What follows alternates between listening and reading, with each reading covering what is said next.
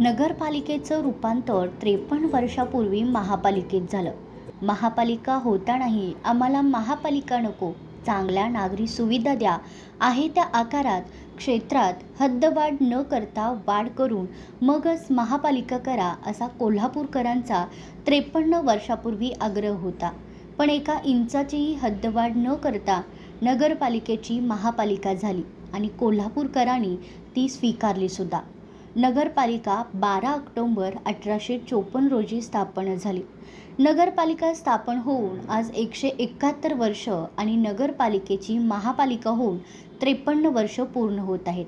कोल्हापूर वाढत गेलं. 1854 साली कोल्हापूर छोटंसं शहर होतं. रविवार वेश, बिंदू चौक, फेरीस मार्केट, शिवाजी पुतळा, गंगावेश, रंकाळा वेश, मिरजकर वेश ते रविवार वेश अशा तटबंदीच्या आतच होतं. घरे दाटीवाटीची होती.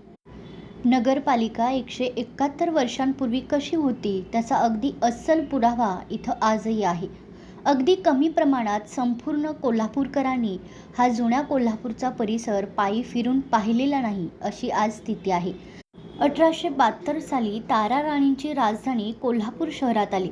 राजधानी आल्यामुळे मूळ कोल्हापुरात गर्दी वाढली, पण रस्त्याचे रुंदीकरण झालं नाही. खुल्या जागा सोडल्या नाहीत. लोकांनी ही जागा मिळेल तिथे घरे बांधली. स्वतःच्या आतच आपण सुरक्षित आहोत अशी लोकांची भावना होती. त्यामुळे खूप दाटीवाटी झाली. सुरुवातीला नगरपालिकेची इमारत आता अग्निशमन दल आहे त्या बाजूलाच होती. ज्यांच्या नावाने नवीन राजवाडा ते बावडा रस्त्यावर मेरीवेदर मैदान आहे, त्या मेरीवेदर यांच्या हस्ते पालिकेच्या इमारतीचे उद्घाटन करण्यात आलं. त्यानंतर त्याच पद्धतीने पश्चिमेच्या बाजूला जुन्या इमारतीला जोडूनच त्याच प्रकारची इमारत जोडली आणि आता आहे ती नगरपालिकेची इमारत पूर्ण अवस्थेत उभी राहिली. पश्चिमेकडील बाजूची इमारत व्यापाऱ्यांना भाड्याने देण्यासाठी तळमजला केला.